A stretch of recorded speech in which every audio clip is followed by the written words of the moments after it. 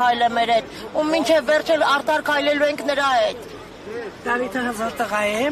եւ արդարությունը կարծում եմ այսօր հաղթելու է։ Ես խնդրում եմ նաեւ դատարանին արդար որոշում կայացնել Դավիթի համար, իր 4 անչափահաս երեխաների համար։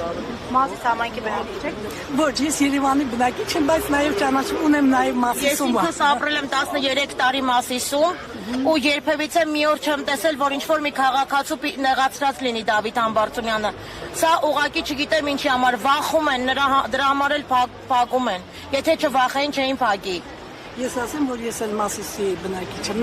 նաեւ Մասիսի Երևանում եմ բնակվում, բայց նաեւ Մասիսում ունեմ այստեղ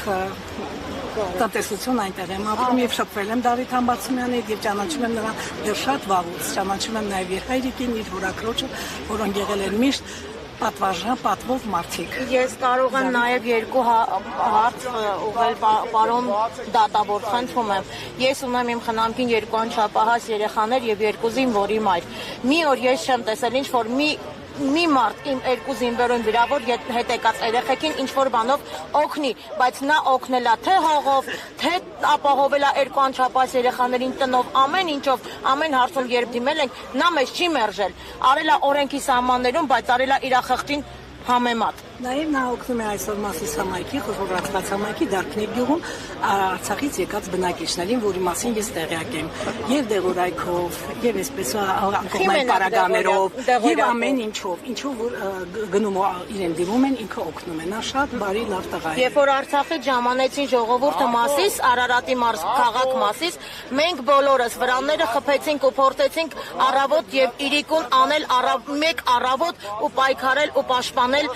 ամբողջ Արցախի ժողովրդին, որովհետև մենք փորձում ենք պաշտպանել, մենք փորձում ենք օգնել, ոչ թե ինչ-որ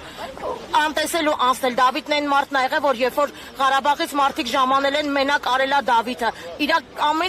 ամեն ինչ արելա, ամեն ինչ, տենց բան չկա, որ որևիցե մի Ղարաբաղից եկած մի անձ կարա այստեղ ասի, որ Դավիթը մեզ նեղացրել ա։ Չկա տենց բան։